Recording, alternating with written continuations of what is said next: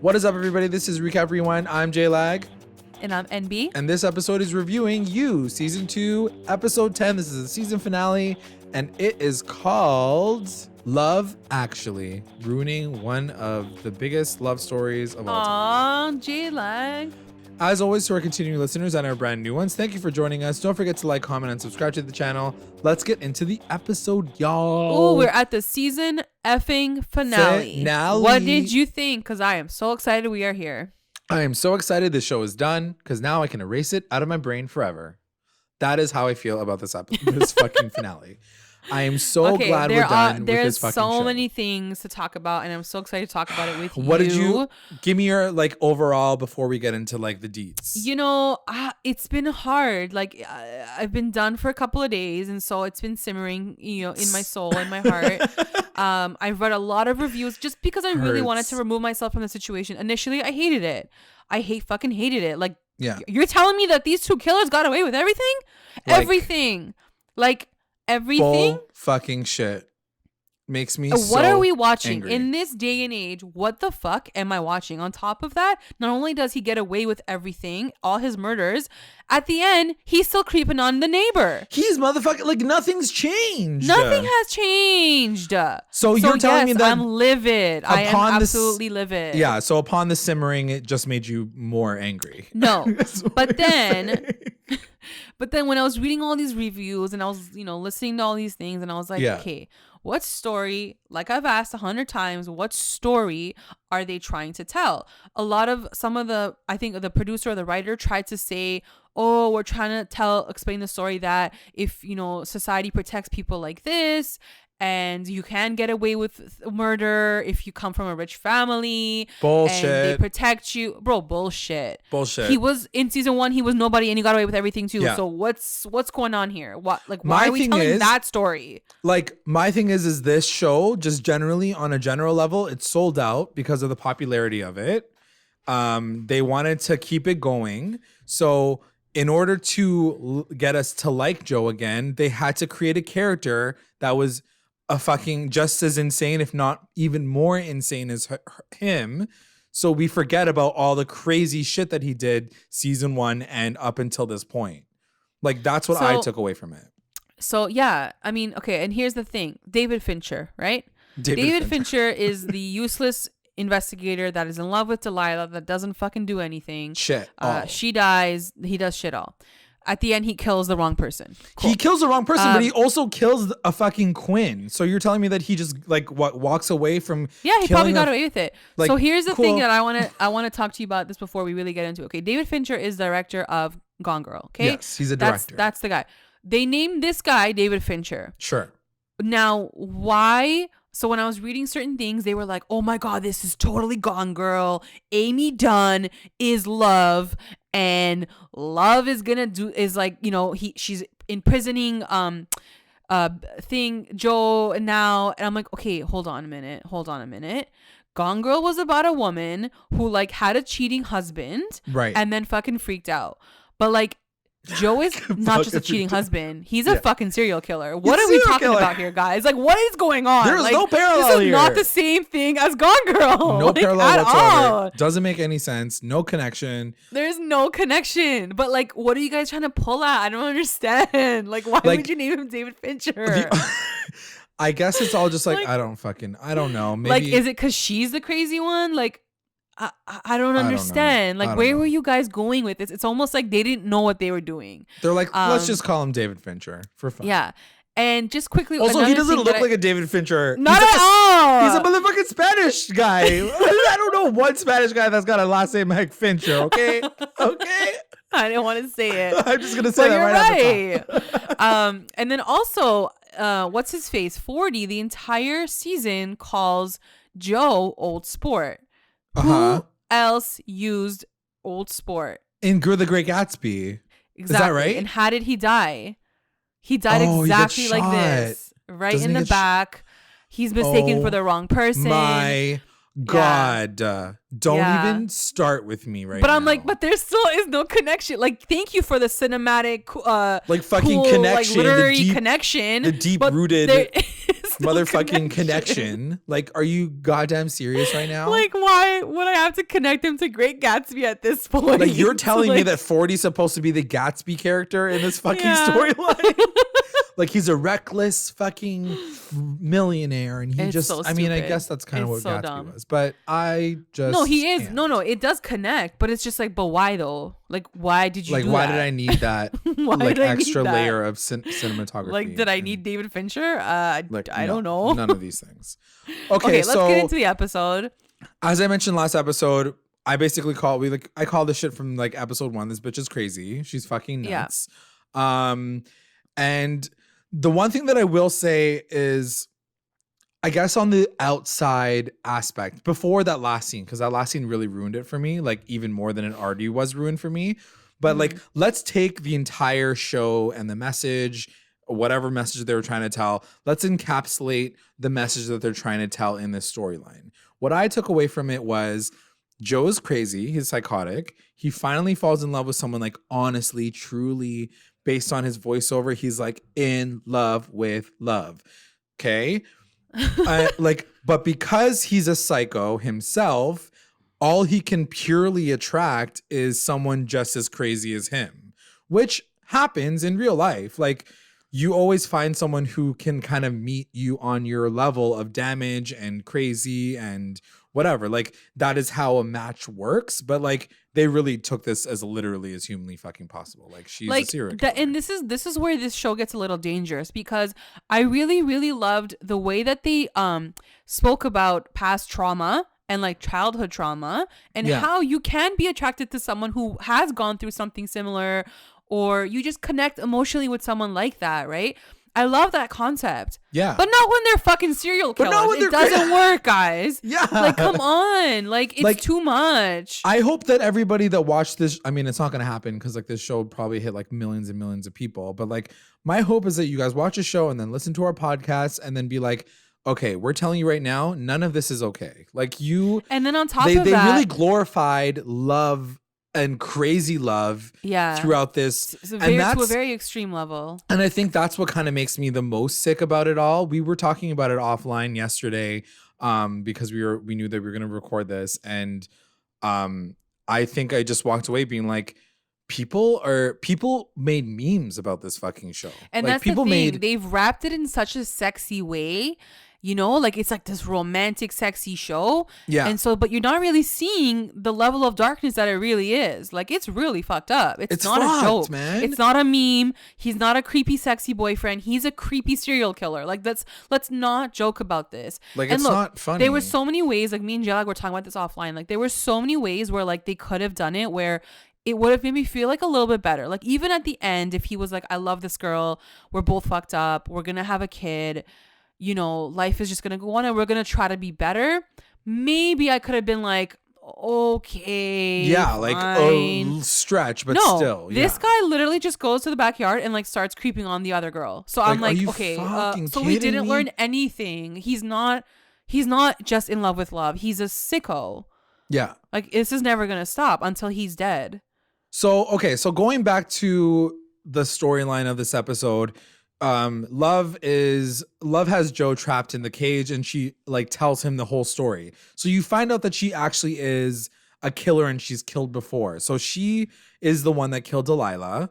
And then it shows like a flashback of how she died. Still extremely upset about it. Not as upset as I would be if it was Joe. Let's really get into like how this all happened and if it all makes sense.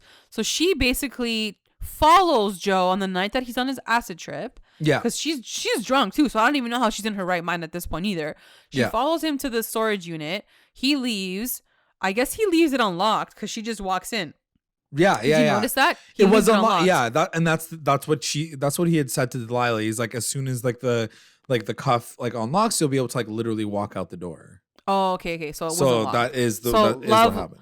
So she does follow him. She walks in. She sees Delilah. She doesn't even think it through. She's like, this bitch is gonna die. Like, she just killed her right from the start. She like fucking. So I think she gets sick again. She does. This bitch is throwing up like left, right, and center at this point. Maybe because she's pregnant. Maybe because she's pregnant. Oh wow, guys. Oh, she threw up 3 times in this episode. It's not even her guilt. It's just her pregnancy. Yeah, like literally that probably is what happens. Like That's like the gag. You're supposed to be a gag where you're like, oh my God, there were so many clues. She was throwing up everywhere. She's like the character from Hustlers, like Lily Reinhardt's character from Hustlers. Oh, that was so good. So anyway, she gets sick, and then right away she decides to kill Delilah in that moment. And then it cuts back to Joe's the one that's being fucking rational in this cage at this point in time. Yeah. Like I don't understand how he became the person that's like, love, you're the crazy person in this whole story. Like, how does Joe, who's a maniac, get to be the person of reason talking to another, like, and the one thing that I will say, and I don't mean to make this about like a feminist thing, but it kind of is frustrating that the only way to meet his match is to meet someone who is a crazy woman. Exactly. Who's like crazy in love with him. Like that's exactly what it is. So you have to make a there crazy couldn't be a woman smart, that intelligent crazy? woman that could catch him. She has to be batshit crazy like him, right? Yeah. Like what the fuck? Yeah. Anyway. I know. I'm speechless. So he finds that out that Delilah gets killed, and she's like, don't worry. Like, I figured it out. Like, Ellie's going to be stronger coming out of the system after she gets arrested for Delilah, like for Henderson's murder. Like, nothing makes any sense. Like, this bitch She tries nuts. to make it all make sense. Like, she's basically like the writer is trying one last effort to make this show make sense. Yeah. And she's like, oh, my family's rich. My family owns LAPD. We can do that. Don't worry about it. It's all bad. Nah. Yeah. Like, okay, one thing that I need to ask you, well, for one, really quickly, she kills. So you find out that she's the one that killed the au pair. It wasn't 40. It was her. And I was like, okay, cool. So you literally are a serial killer, and you've been like, thirsty for blood this whole time? Like, I don't understand. That's the thing. I don't think she's a serial killer. I think she killed only one person before. She killed like under the same circumstances, basically. She's like, I killed 40's au pair because like she was abusing him, and then I killed Delilah because I cared about you, and like you needed like to we be were talking protected. about this. We were talking about this offline too, and I was talking to someone else about this as well. They were like, "Oh, she's a serial killer, right?" And I was like, "No."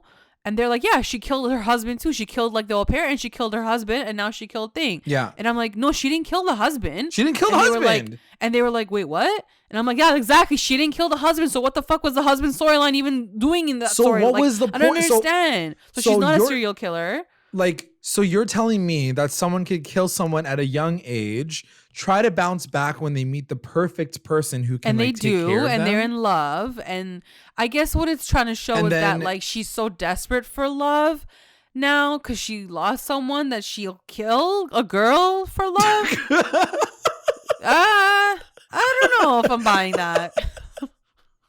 Your fucking like conversation with yourself is like doesn't make any sense whatsoever. Like, because it's just like you're taking it from one spectrum to like, the doesn't next. make any sense. And it's like I'm still not getting on. I'm not on there. I'm not catching on. Like, and he's not that great of a catch, guys. He's like, really not. Like he's the fucking worst. But he's a fucking fruit guy at the store. Like, what was like outside of the fact that they both killed people at a young age? What else did they have as a connection? Like, nothing. I don't know. He like, just liked her cupcakes, I guess. Like, it's so fucking stupid. Or like he could talk. I don't know. Like, but that's the thing. It's funny because in the beginning of the season, what did I say? I was like, wouldn't it be crazy if she killed her husband because she was like jealous of him? And that would have made more sense. That's what I mean. Like, if she had, I would have been more down for that because at least then she's crazy the whole time. Yeah. Like, like she's a killer her whole life. But this was just like, girl, where did this come from? Like, you're pretty normal. Is this supposed to be like her Karen Minty? Remember in the first book where like Joe falls in love with like that girl in the middle between Beck and whatever? Like, is this just to show that they can have normal relationships while they can kill people on the side, like on the low-key? Like, I didn't understand that at all. What a weird choice to make. Like, make him a serial killer or don't make him a serial killer. And I think that either the writer or the writers of the show really try to explore the idea that someone can kill for love but not be serial killers. And that is not, it's just not, it does not work that way. No, it doesn't work that way because a normal person would be like, I killed someone by accident. I'm going to go to jail and I'm going to go like confess the murder. Like, that's what a normal person would have done. But when you're a serial killer, you're gonna fucking put somebody in a cage. You're gonna wrap up their body. You're gonna try to get away with it. Like you're gonna keep all their shit in a box. Like even if she had done that, like if she had killed for her husband, I could have been like, okay, maybe. Like here's someone she like has been with for years. They were planning to have a family. Like she just met Joe. Like they were together for like maybe 3 months. Like girl, you can probably find someone else. Like it's not a big deal. You know what I mean? She's so like, that thing love. there, it's that desperation. She, by the way, was an amazing actress. I'm giving it up to her. She played it amazing. Yeah, I'll give her that. But I wasn't buying, like, I just wasn't buying it all. I don't know. I'm just not happy with the ending. It be a bullshit, okay? So as this is all happening, 40 finds out about Joe. So he kind of like follows the lead of what Candace told him, and he kind of like puts it all together. I love that he doesn't even ask about Candace. He's like he doesn't even say like, where did this girl go? He's more just like, I need to fucking save my sister, because there's no more time. Yeah, like this is more important, whatever. But all the while, there's like a lesbian wedding happening in the middle of this goddamn episode. So everybody's and there's Dr. Nikki. Like he like fully goes to New York to see Dr. Nikki. Like fucking John Stamos is in this episode. Like that's how insane this finale was. What the fuck? He went all the way to fucking see Dr. Nikki, finds out that he's a killer.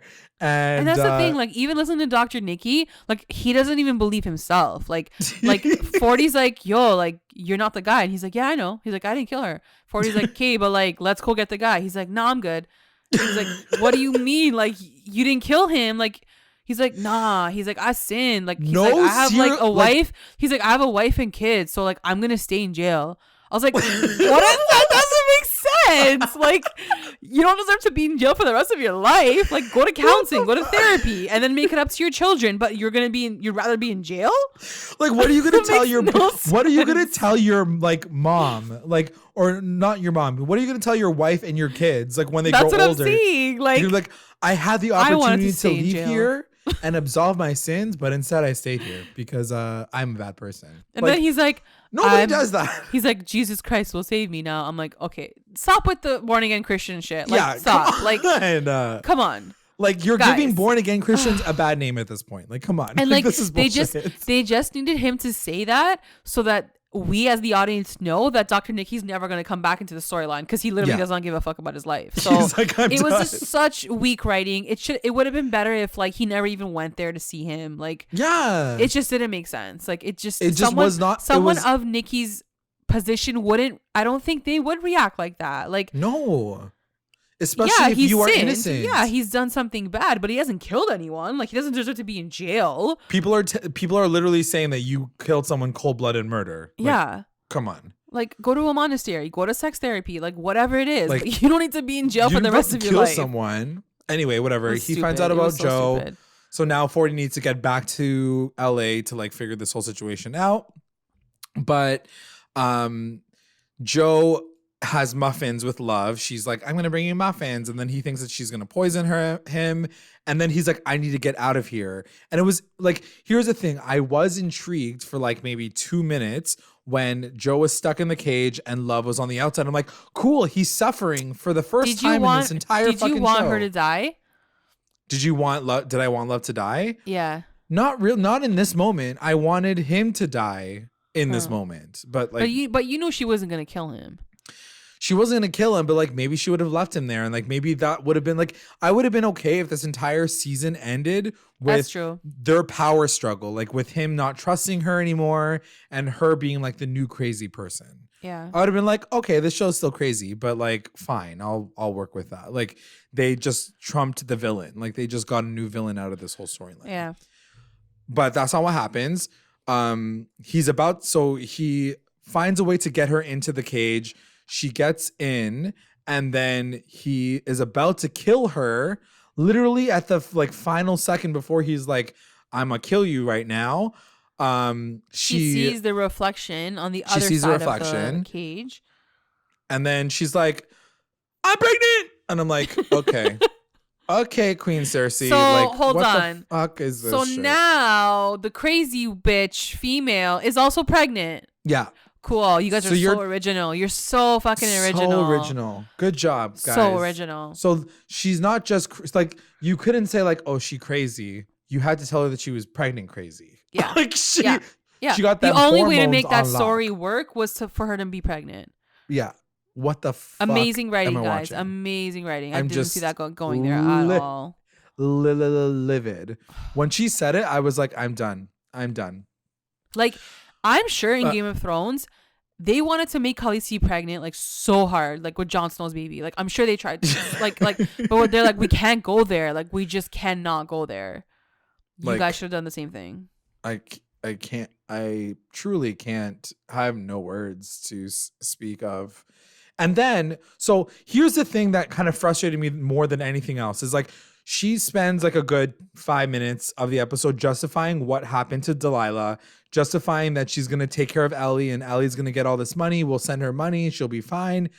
So you're like, so at one point in time, she's like, Joe, you killed that thing that because again we get fucking flashbacks in this episode. We get flashbacks of him shooting his stepdad or his real dad or who gives a shit, like whatever. Yeah, honestly, no one cares. And like Love was like, oh, you were so young when you killed your first person. You were 9 years old. Like that must have been so hard. Yeah. Why do you give a shit about your guys' youth when you're ruining Ellie's youth now, who now needs to like go to jail for something that she didn't even fucking do? But it's not even that. She's making it seem like his only past trauma was like killing a person at 9 years old. He has killed like 10 people after that. Let's talk about those people.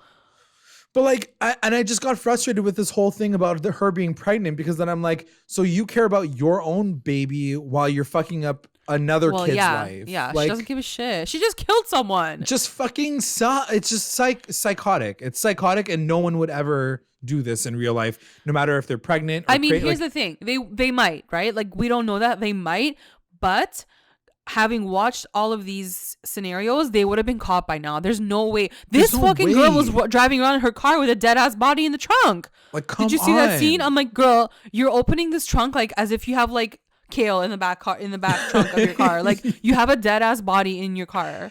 Like this is so stupid. It's like it doesn't make any sense.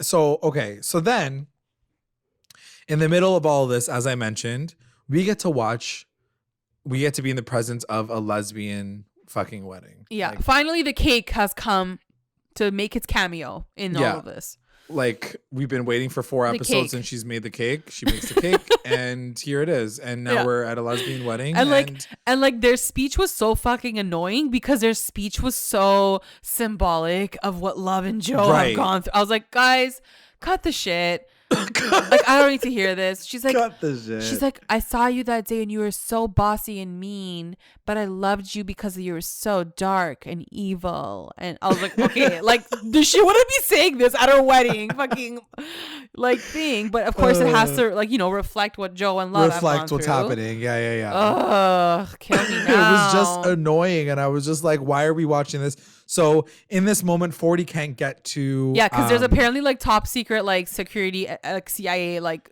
guards at this. Of course, too, like so. Gabe has to be like the bitchy queen, being like, "Get out of here, Belle!" Like what was he even doing there, acting like the security guard? Like go enjoy your friend's just like wedding. Watching the shit, whatever. So 40 can't get in to tell Love that Joe's crazy, and so now he has to like find out another plan. Then as this is all happening, they're leaving the place and they're getting messages from 40 to be like, come to or Nerva, wherever the fuck it's called. And like they both get messages. Him and Love get the same messages, like come to a Navrin. Yeah. And as they're leaving, Love is like, you stay here and come in 5 minutes. Like, don't ask any questions. Just come in 5 minutes after me. I'll take care of this whole situation with my brother.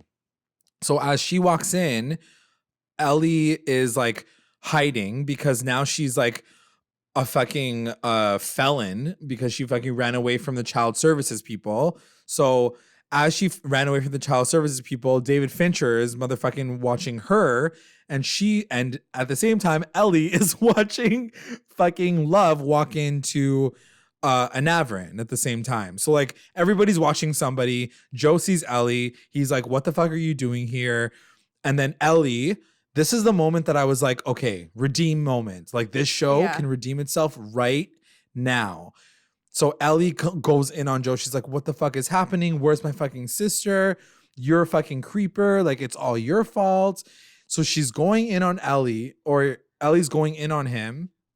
And Joe finishes it off by lying to her, basically being like, it wasn't me. It was the Quinns. Your sister's dead. So just get over it, basically. And here's some money and you can go. What are you fucking telling me right now? What are you telling me?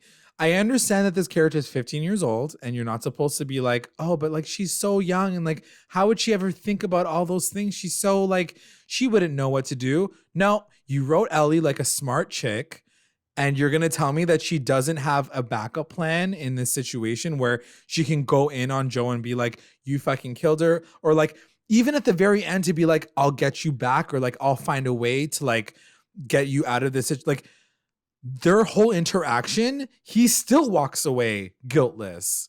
Like he doesn't have a bone in his body where he's like, the entire time he's like, yeah, she'll be fine. I'll just send her money and it'll be okay. Like, what the fuck are you telling me right now? But I honestly, I think that's just the fault of the writers and not knowing what to do with so much of this is the fault of the writers. Yeah, but you know what I mean? Like, I don't know. Like, you had so much potential to make Ellie like. At one point in time, even when Delilah died, I was like, okay, as much as I'm frustrated with this, if this is to like angle it so Ellie gets like a revenge storyline, maybe I'd be down for that. Yeah. I'd be really annoyed, for sure. But maybe I'd be down for that because they kind of did it with Candace, but they failed. But like Ellie's a cool character. I'm totally backing her. Like, let's do this. Instead, you make her fucking disappear and run off into the sunset with like a passport and like, money, like and her backpack. What the fuck? And on top of that, just to like fast forward to the end of the episode, you never hear from her again. Like she literally disappears. Like, and then like on top of that, like postcards, David Fincher is like watching all of this happen and he's not doing anything. Yeah, he's watching it all happen, but his door is closed and his windows rolled up, so he has no context. He doesn't have any fucking context that like she's accusing Joe of murder, this guy's and the that worst. like there's no like. What kind of policeman doesn't even crack his window open a little bit when he sees two people arguing? Yeah. Like, or even why didn't he jump out of the car at that moment and be like, get away from that young girl? Like, yeah. What? There's so many things that could have happened that stupid. Were not like what was he sleeping? Did he fall asleep? Like, even if he fell asleep in the car watching Ellie, that'd be more believable. Instead, he's like, what's going on in the back of the fucking garbage bins? I guess I'm just gonna stay in my car. I'm just gonna stay in my car and like after like kill a main character and not realize what I did. So that's gonna be cool. Like what? None of it makes sense, guys. None of it made sense. So anyway, he like whatever. So going into the inside part, because now Ellie's gone, 40 is now talking to Love, being like, he's crazy, whatever. And she can't talk him down. She's like, you're on drugs, you don't understand. He's like, no, I have evidence. He's like, fucking, he's insane. And then Joe comes in, he makes Joe get on his knees, and he's about to fucking kill him. And I'm like, oh shit, this is happening. He's gonna die. Did you think that he was gonna die? No, not at all. No? Not even for a second? Nope. It was too easy, you know? Like, it was too easy. Like, who is 40 to kill him, you know? Yeah, I guess. I guess I had a lot of hope that that's the way that it would have ended. I would have been like, okay, cool. Joe's now dead and maybe they'll move on to Love being the psychopath. Like, okay, cool. Like, that's how the show continues. Yeah. But no, right at the very last minute, the way that it's shot is just, at that point in time, this is when I threw my phone. I'm not even joking. Like, I was making notes on my phone. I grabbed my phone at this point and I literally tossed it across the room. Mm-hmm. I was so upset with the way this all went down because I didn't expect it. I was like, I really was hopeful. And I think the hope came from like me just wanting this show to be over. Like, I just wanted him to finally get what was coming to him. Yeah. Even if it was a bullet to the head, even if it was from 40, I was desperate to end his saga of like ridiculousness. And it didn't end there. And I just got upset. I was like, this is stupid. So whatever, he doesn't get killed. David Fincher accidentally, or not accidentally, he fully fucking kills 40, shoots him in the back, and he dies. And that's how 40 dies. Love is so sad and inconsolable. But then, of course, we get fucking Joe's voiceover being like, okay, well, this show, like, you know, like, at least we're still together, and like, I was able to console her, and she's okay now, and like, we're all super happy now. Then we're getting this fucking flash forward of them moving in to like a nice suburban goddamn town, and white everybody's happy. Fence. And now she's fucking 6 months pregnant, and he's just like rolling up, and he's, you know, like sending money to Ellie because she like be somewhere, God knows where. What? Like, even me saying it out loud again, I'm like, I can't believe this is how they ended this the show moment off. Yeah, I know, it was pathetic. I hated it. And then he sees the girl, the neighbor, and he's like, and then I saw you. I can't even get to that point yet, but this is this is the part. This kind of all made sense to me in terms of the whole Gone Girl connection there. If you still want to fucking, you know, connect those two things, yeah, because it does seem like she is trapping him in this sort of life. Right. But he loves the life. Like, he's not complaining. Like, he's living in a fucking huge house with a pregnant, you know, wife, girlfriend, whatever. Like, he's not complaining. But it doesn't he say like, I found love and I'm happy now? Like, yeah, exactly. What? So I don't understand why like they even tried to connect this thing with like Gone Girl. I don't understand it. I can't deal with the way that it ended with them both like getting away with everything scot-free, and like David Fincher just kills 40, and the Quinn family like closes everything up, and no one ever speaks of it again. And he's like, everybody, because of what happened to 40, like all of the evidence around me being a psycho killer just disappeared, and I was able to get away scot-free. Like, no, I don't understand. What are you guys no. writing here? Like, what, like, you know, What is this even if it ended ending? with like a cut to like the investigation, or like David Fincher like having something on him, that would have intrigued me way more. To be like, okay, like something has started, like people are onto this guy. No, it's like a reset button on the whole series, and he's just a fucking creep again. Like, I just couldn't. Yeah, the way that this ended was the cherry on top of like how much I couldn't stand the show. So it ends off with him staring through a goddamn crack in the in the fence, and seeing another girl reading a book, and he's like, ooh, look at that finger, turn that page. Like, oh yeah. So he just becomes a psychopath, and he's just like into some new person. He's like, until I found you. It's the same. It's basically the same line. I think what's going to happen is like, he's going to become like Ben Affleck's character in Gone Girl, and he's going to cheat on Love next season. And then she's going to Gone Girl. she's going to Gone Girl him is what we're saying. I would love that, actually. That'd be pretty sick. Like, I honestly, there's a few things that I want to say. Two things. One thing is, I wish I wasted less time on this show. Like, I really wish that I watched this in one weekend, and I was like, okay, now I don't have to feel like this show truly was made to be binge watchy. Like, if you watch it the way that we watched it, broken up and broken down into like episode by episode, and we even tried to break down each episode the way that we normally do our podcast, that is not how the show is meant to be consumed. Like, the show is meant to be because if you watch it the way that we watched it, you would go insane with how shitty everything happens. Like, the way that everything happens. Like, I remember I talked to people about how Delilah died, and they didn't think anything of it. Well, they didn't really know what to say to me because I hadn't watched the finale yet. But my feelings toward Delilah's death are still valid. I still feel the same way that I feel about Delilah's death. And it doesn't mean that like, oh, because I binge watched 8, 9, and 10, and now that like it all kind of came together, I feel happier. Nope, I still hate the show. Still very frustrated with the way that it ended.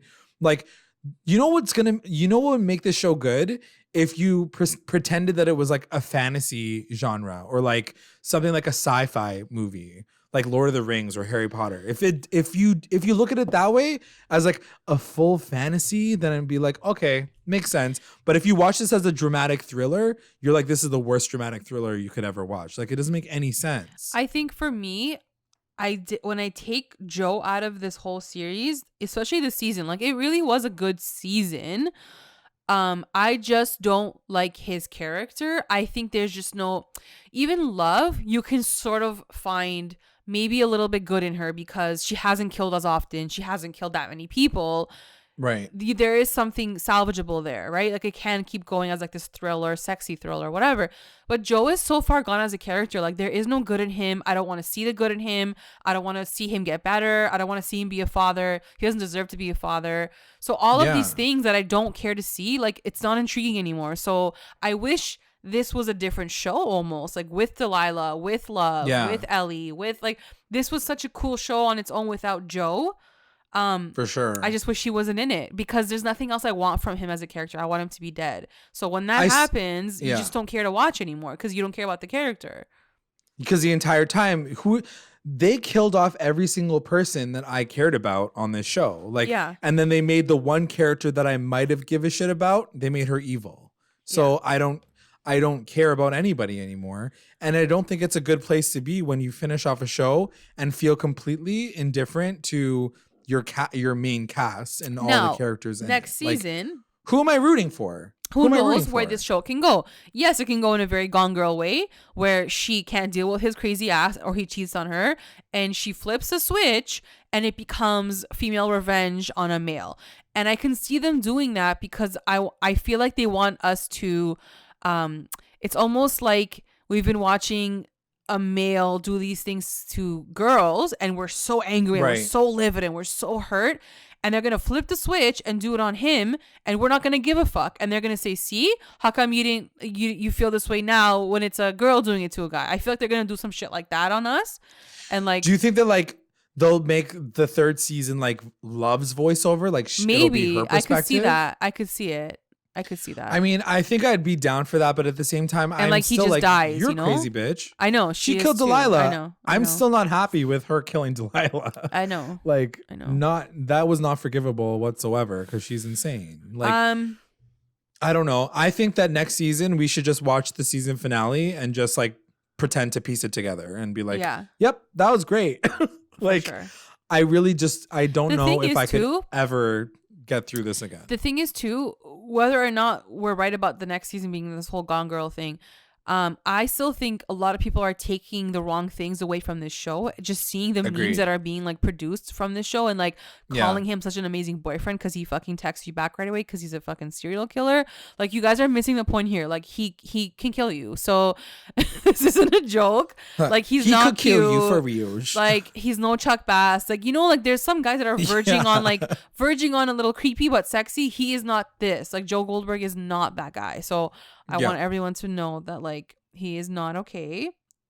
Like, we do not he support. He is not sexy. No. There is a comment that because we did receive a lot of great comments from you guys over the season and like how much you guys so much. Yeah. loved our recaps and loved our podcast. We got a message from one of our listeners, Stephanie, and I just want to read her kind of final thoughts to us really quickly. Yeah, she wrote some great stuff. She said, the cage has always symbolized Joe learning. He's put in the cage to be taught a lesson. I would have loved for the series to end with Candace being the one to take down Joe. His first victim comes back, gives him his medicine, exposes him, and he gets put away or given the death penalty. That would have been justice for me. And Candace and all his victims deserve that. But no, the show wants to be like, it's okay, guys. He's got a kid now and a crazy girlfriend. He's going to live his life and enjoy himself. It's all just so gross.